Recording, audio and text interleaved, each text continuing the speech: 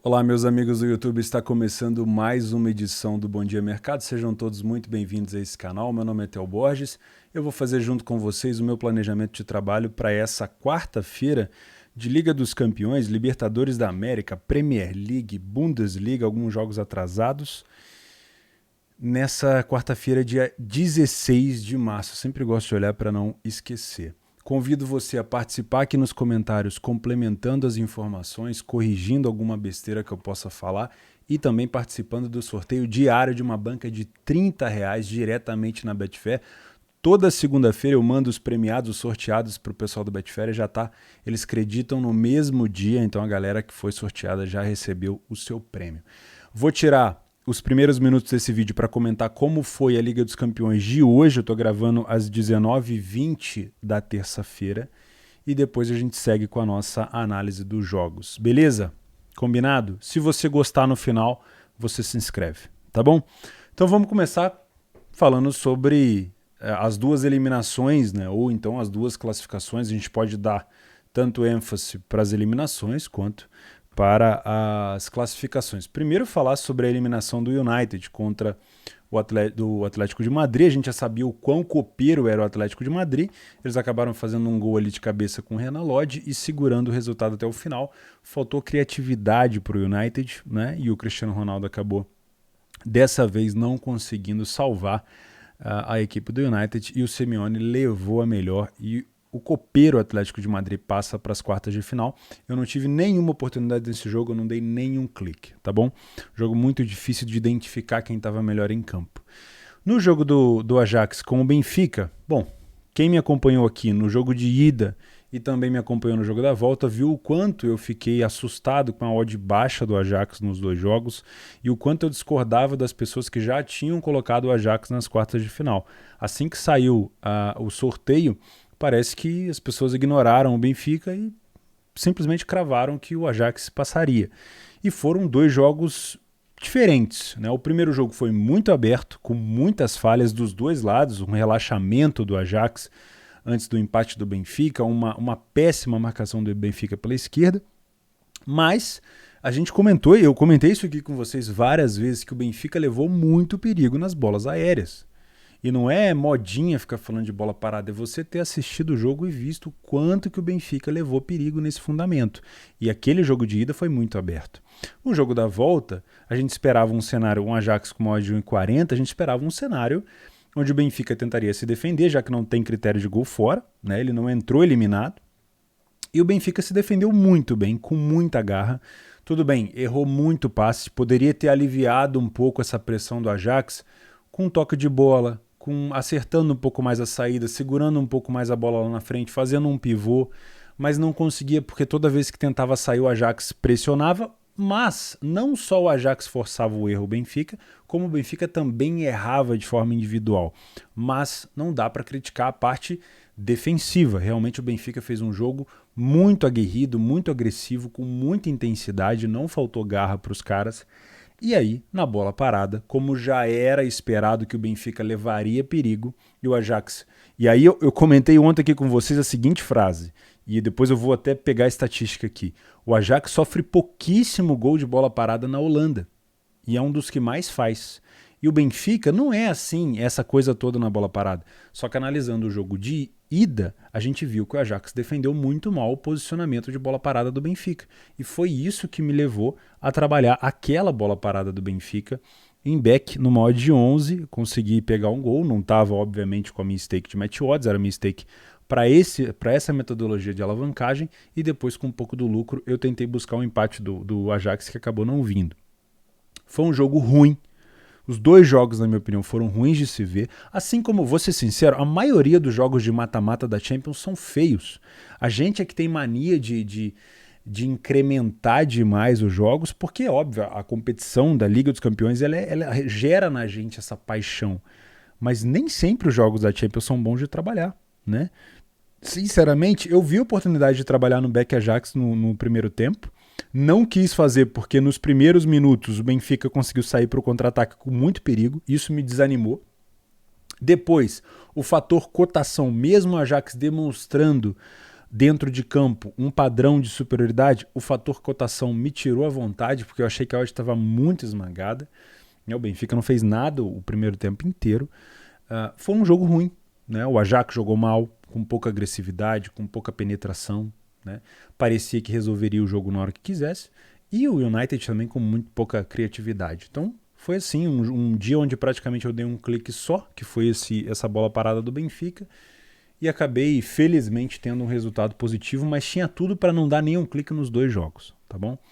Então eu não me surpreendi com a classificação do Benfica, não esperava um Ajax jogando tão mal, no segundo tempo principalmente, não me surpreendi com a classificação do Benfica e veio o gol do jeito que a gente esperava. Não foi um gol de pivô, não foi um gol de finalização de fora da área, foi um gol de bola parada, onde o Benfica conseguiu levar os seus homens ali para dentro da área.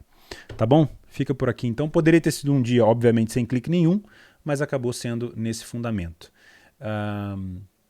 Muito boa, acho que a gente não pode aqui discordar que foi dois assim, pelo peso Cristiano Ronaldo de sair da Champions, agora o Messi também já está fora, Cristiano e Messi fora, é uma coisa assim estranha, né? O Haller, atacante do Ajax também, que era um dos artilheiros, saiu agora. Quem será o protagonista dessa Champions, né?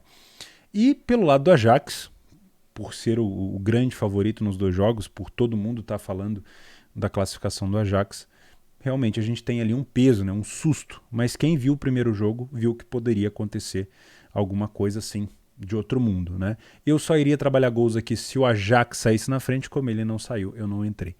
Beleza? Ficamos assim então? Me conta como é que foi o seu trabalho, se você quiser compartilhar aqui comigo. Eu vou adorar saber o que você fez, o que você pensou. Beleza? Tava aqui separado, ó. O Leia pior equipe em campo no United, vou até dar um zoom aqui, ó. O Barcelona com o América Mineiro ainda não começou. E as bolas paradas aqui, ó, no jogo do... Deixa eu tirar para vocês verem. No jogo do Ajax com o Benfica. Vamos então para o dia de amanhã, 16 de março. Vou tentar não me alongar muito. Vamos começar pelas competições principais, né? Liga dos Campeões. A gente tem aqui Lille e Juventus. Uma cotação de 1,90 para a equipe do Chelsea. Na França, o primeiro jogo foi 2-0 para o Chelsea. Só aqui uma coisa muito fora da curva eliminaria o Chelsea da competição. Ainda entra, mesmo na França, ainda entra como um time favorito. Esse jogo, ele me causa uma sensação, e o Chelsea está vivendo ali um momento de crise extracampo, com a questão do Abramovich. No jogo contra o Newcastle teve dificuldade de marcar o seu gol, foi marcar com o Havertz lá no finalzinho. Esse jogo me passa a sensação que a gente pode tentar buscar uma correção do Ajax aqui a 1,90. Por quê? Porque o Ajax entra como uma favorita num jogo onde ele não precisa vencer, entendeu? Então eu vou marcar essa possibilidade aqui de trabalhar uma correção de preço, né? Um Leia pior equipe, eu acho que é interessante. Mas vamos tentar buscar alguma coisa um pouco mais aprofundada. Deixa eu colocar na minha tela aqui o nosso PDF de apoio. Tem umas atualizações novas que eu vou colocar nele agora, é porque dá muito trabalho de adicionar manualmente, mas tem umas atualizações no PDF de apoio que vocês vão gostar, que eu vou colocar, né, muito em breve. Olha só, a gente pode destacar aqui as bolas paradas do Chelsea, 10 gols marcados até o momento, óbvio eu estou usando estatísticas da Premier League, e 3 gols sofridos. Lembra do Ajax com o Benfica, não dá para eu ficar levando só em conta os números nas ligas locais, eu tenho que entender como é que foi o primeiro jogo. Tu assistiu o primeiro jogo? Né? E aqui a gente teve o Lille sofrendo 8 gols e também marcando 8 gols. É um time que não tem muito aqui estatística para contra-ataque. Bom, eu venho com esse cenário de um Chelsea que não precisa vencer, que já entra classificado e com uma cotação baixa. Óbvio, para essa cotação do Chelsea subir, como ela já está próxima a 2, o Lille tem que se esforçar um pouquinho, e é o mínimo que a gente espera de um time que precisa reverter o placar. Né? Se isso acontecer e o Chelsea não estiver conseguindo contra-atacar, eu vou trabalhar correções em lei ao Chelsea. Se o Chelsea estiver muito perigoso no contra-ataque e o Lille se expondo demais, aí abre um precedente para trabalhar gols, mas é bom lembrar que o Chelsea, às vezes, se fizer um gol, ele pode falar, pô, já fiz 2 no primeiro, já fiz mais 1 no segundo, agora eu vou ficar mais de boa. Então, saber dosar em que tipo de posição você vai se expor. Tá bom? O outro jogo é Juventus e Villarreal. A gente teve um jogo 1-1, aquele jogo onde O Vlahovic, do Sam Vlahovic, fez um gol praticamente no primeiro minuto de jogo e o Villarreal conseguiu fazer o seu gol no segundo tempo, né? Ficou 1-1, se eu não me engano. A Juventus entra com uma cotação de 2 contra o Villarreal, né? Assim, a Juventus vem sofrendo com alguns problemas na defesa. O primeiro jogo, se eu não me engano, ele veio adaptado. Se eu não me engano, ele veio com o Danilo na zaga. Eu não tenho certeza como é que vai entrar a Juventus hoje nesse jogo, né? Pelo que está dizendo aqui, o Bonucci continua machucado. Isso é um desfalque muito grande, tá? Mas acho que vai ter a volta aqui do Rugani, vamos ver, né? O Chiesa também segue lesionado. É uma baixa muito grande para a Juventus. O Zaccaria, dúvida, isso aqui é complicado. O Zaccaria entrou muito bem no time da Juve. No Villarreal, o Moreno é dúvida, não tenho certeza. Gerard Moreno, batedor de pênalti, bate muito bem. Eu venho para esse jogo para trabalhar um match odds, tá? Um lay a pior equipe em campo. Deixa eu dar uma aprofundada aqui. Vamos lá? Olha só, a Juventus vem sofrendo bastante com bolas aéreas e o Villarreal é bom nesse fundamento, então vamos marcar aqui bolas paradas para o Villarreal, tá? E com a ausência do Bonucci é ainda pior. E o Villarreal é um excelente time de contra-ataque. O que isso pode prejudicar a Juventus? Como está 1-1, não tem ninguém classificado ainda, o gol fora não conta. Se a Juve sair atrás, mesmo o Villarreal querendo se resguardar, fazer a tal da manutenção da vantagem, ela pode ter espaço para poder ampliar esse jogo. Eu não venho com uma ideia de over, tá? Os dois jogos eu venho com uma ideia mais tranquila, assim como foram os dois jogos de hoje. O jogo da volta, assim, a gente tem essa ideia, o jogo da volta vai ser muito pegado. Às vezes não, né? Principalmente aqui, por exemplo, o Villarreal, é óbvio que ele é a zebra nesse confronto, né? O grande time com a camisa é a Juventus. Tudo bem, o Villarreal é o atual campeão da Liga Europa, mas mesmo assim, né? A Juventus tem mais camisa, vem melhorando, mas ainda está com desfalque na zaga. Eu venho para esses dois jogos com uma ideia mais tranquila, mais branda, sem me expor tanto, sem puxar tanto no mercado de gols, mais para trabalhar match odds. Do que eu tô vendo de bola parada aqui, talvez o Chelsea usando as bolas paradas contra o Lille e o Villarreal contra a Juventus, tá bom? Mas de resto, eu acho que vai ser mais dois jogos complicados de se trabalhar, assim como foram os de hoje, tá? Aí a gente fecha aqui a Liga dos Campeões, vamos passar então para a Bundesliga 1. Esse aqui é um jogo atrasado entre Mainz e Borussia Dortmund. Ele vai colocar aqui que terminou, mas não terminou. Esse jogo não aconteceu porque o Mainz teve problema com o Covid, tá? E esse jogo ele é interessante porque a gente tem o retorno do Haaland, teve um retorno do Haaland no último jogo que o Borussia Dortmund fez contra a equipe do Colônia, contra a equipe do Arminia Bielefeld. Ele entrou no finalzinho. Eu acredito que ele vai, se ele não for titular, ele vai ter mais minutos. E esse jogo é importante porque, além de ser um jogo atrasado, se o Dortmund vencer, ele vai a 56 e ele fica a 4 pontos só do Bayern. Óbvio, ganhar essa Bundes 1 é muito difícil, mas ainda é possível para um time que foi eliminado da Champions, que foi eliminado da Liga Europa agora pelo time do Rangers. Eu acho que seria muito importante para o Dortmund pelo menos colar no time do Bayern. Vamos dar uma olhada nos últimos jogos aqui. Como visitante do Dortmund, são 6 vitórias em 12 jogos, marcou 25 gols. Como mandante, o Mainz tem 8 vitórias em 12 jogos, só perdeu uma partida. Não vai ser fácil jogar lá, tá? Deixa eu dar uma olhada aqui no mais, ó, dentro de casa, 1-0 contra o Bochum, perdeu para o Frankfurt, venceu o Hoffenheim, venceu o Bayer Leverkusen por 3-2. E nos últimos jogos aqui a gente teve 3 vitórias, né? 3 vitórias, 1, 2, 3, 4, 5, 6 derrotas e 1 empate. Não é uma campanha tão boa no geral, mas é uma campanha boa em casa, né? Em casa aqui só foi uma derrota para o Frankfurt e foi de 1-0. Já o Dortmund vem fora de casa 3-2 para cima do Hoffenheim, 1-0, aqui é Copa da Alemanha, né? A eliminação na DFB Pokal para o São Paulo. 3-0 para cima do União Berlim. 2-2 aqui foi Liga Europa. 1-1 para cima do Augsburg. Aqui mereceu tomar aquele gol do Augsburg, né? Um time que recuou bastante, né? Mas de maneira geral, se a gente contar os últimos jogos, 3 derrotas apenas e o Dortmund também vem muito bem na competição. Eu viria para esse jogo para trabalhar gols, mas vamos dar uma aprofundada aqui nesse confronto? Olha só, dentro de casa, O Mainz costuma sair na frente em 75% dos jogos e o Dortmund somente em 42%. Então eu tomaria bastante cuidado para vir para cá achando que esse jogo vai ser fácil para o Dortmund. Mas o Haaland vai estar em campo. Tudo bem, eu entendo, mas o Dortmund fora de casa não é como é em casa e é um time que tem dificuldade para sair na frente, tá bom? Então é um time que tem metade das vitórias apenas. Óbvio, são dois times muito bons no ataque. O Mainz dentro de casa tem uma defesa excelente.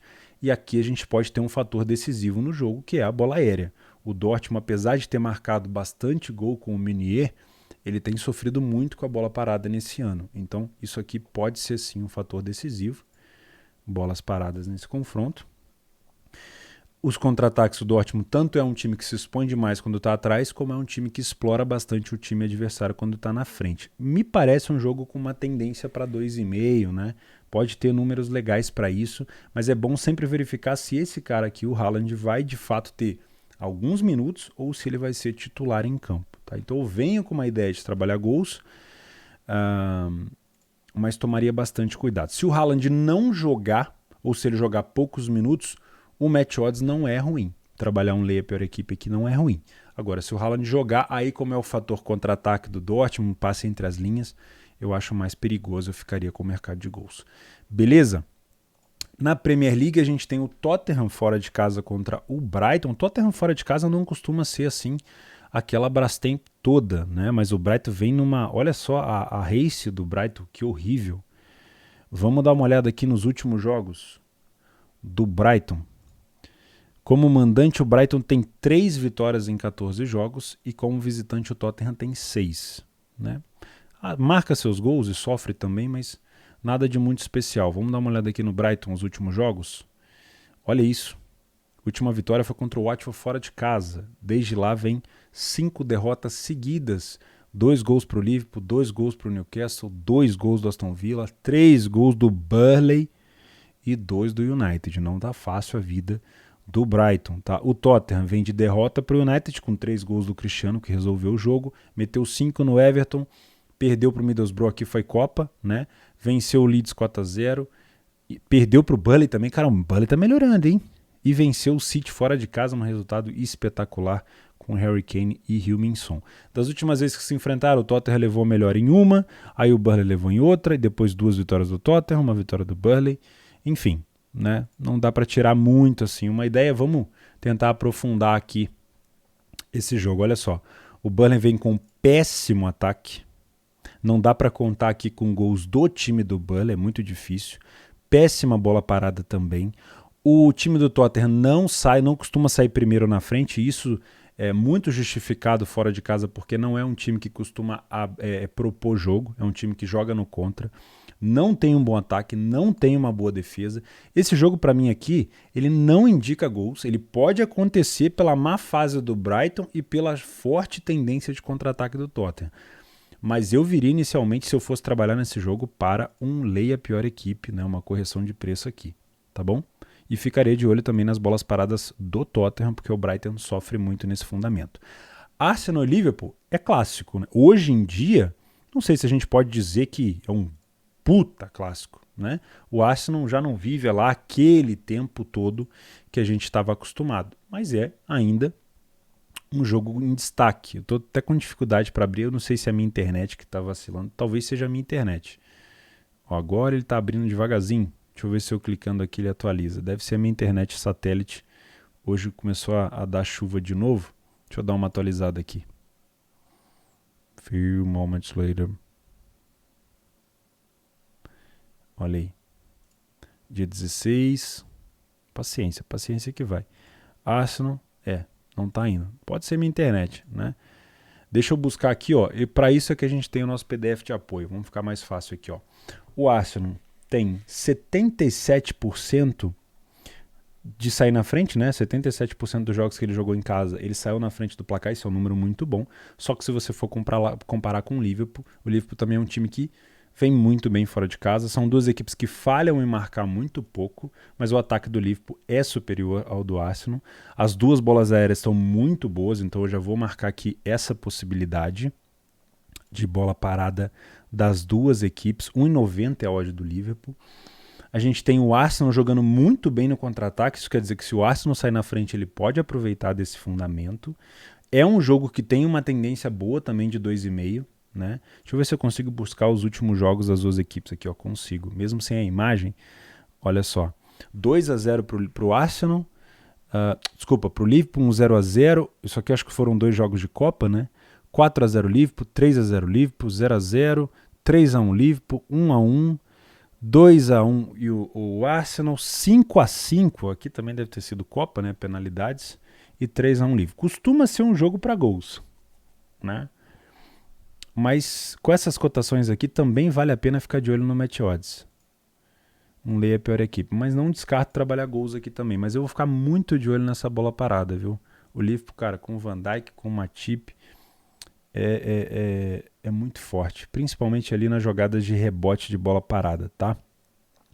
Mas olhando aqui, ó, essa informação dos contra-ataques do Arsenal me chama bastante atenção, porque a gente tem ideia de que se o time não favorito marcar, ele vai se fechar, mas o Arsenal não. O Arsenal é um time que pode sim agredir bastante nos contra-ataques a equipe do Liverpool. Os melhores jogadores do Liverpool vocês já conhecem, né?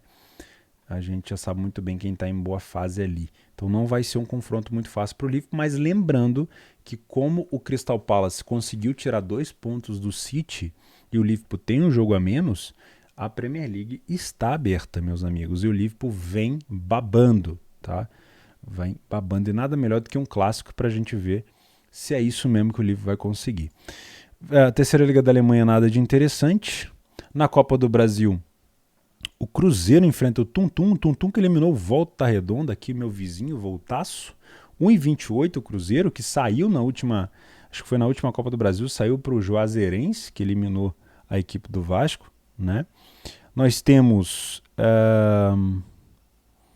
o Papão, olha quanto tempo que eu não vejo, o CSA e o Papão, não temos odds, e o São Paulo contra o Manaus. Imagina que essa odd do São Paulo aqui esteja esmagadíssima, nem tem cotação para falar, né? Então vamos pular a Copa do Brasil e nós temos aqui o grande jogo do ano para o Fluminense, né? Que é esse jogo da volta contra o Olímpia. O Olímpia precisa tirar uma vantagem, né? O Fluminense venceu o jogo de ida por 3-1, né? E vai jogar fora de casa com o regulamento debaixo do braço. Eu não acho que o Fluminense vai se expor, não acho que o Fluminense vai precisar ir para cima do Olímpia. Acho que o Fluminense vai fazer um jogo à la Abel Braga, bem de boa, tocando bola, deixando o adversário ali, tentando deixar o adversário na roda. Se ficar totalmente recuado, pode acabar sendo punido. Então, diferente, por exemplo, hoje do Benfica, né? Tentar não errar tanto na saída de bola, os passes, tentar manter a bola lá no campo ofensivo, usar sim dos contra-ataques. Eu venho para esse jogo inicialmente só para o mercado, para o Match Odds. Nada de ficar buscando gols, porque a necessidade é só do Olímpia. Caso o Olímpia faça 2 gols, aí sim a gente pode ter um jogo talvez abrindo um pouco mais. Mas aí é outros 500, a gente vai ver no ao vivo. A expectativa é que seja um jogo onde o Fluminense tente abaixar o ritmo do Olímpia. Como? Com posse, né, dando aquela catimbada, né, sai para o contra-ataque, arruma uma falta, segura um pouco, faz um pivô lá na frente, arruma um escanteio. O Fluminense é muito bom na bola aérea. Enfim, tá com a classificação na mão, mas óbvio, não tá decidido, tá bom? Aqui a gente tem o Estudiantes e o Everton de Vinha, isso aqui eu não tenho feito. Tem o jogo do Paulistão do Santos, o Santos está ameaçado, né? Tem Championship, eu deixei esses jogos todos no PDF de apoio. Eu vou ficando por aqui então, meus amigos. Tem aqui uns jogos da Sul-Americana, mas nada de muito interessante.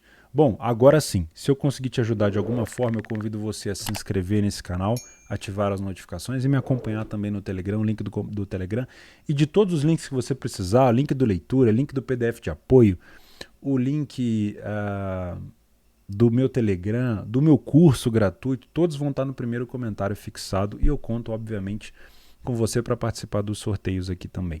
Beleza? Uma excelente quarta-feira a todos. Lembrem-se, tira terça-feira como exemplo. Não é porque é jogo de Champions, aquela coisa toda, que vai ser um jogo bom, né? Foca no teu método, sua gestão e se não tiver oportunidade, não inventa a moda. Beleza? A gente se vê amanhã então, combinado? Vivos, com gestão, com método, com a banca em dia. Fechou? Posso contar contigo? Então beleza. Um abraço.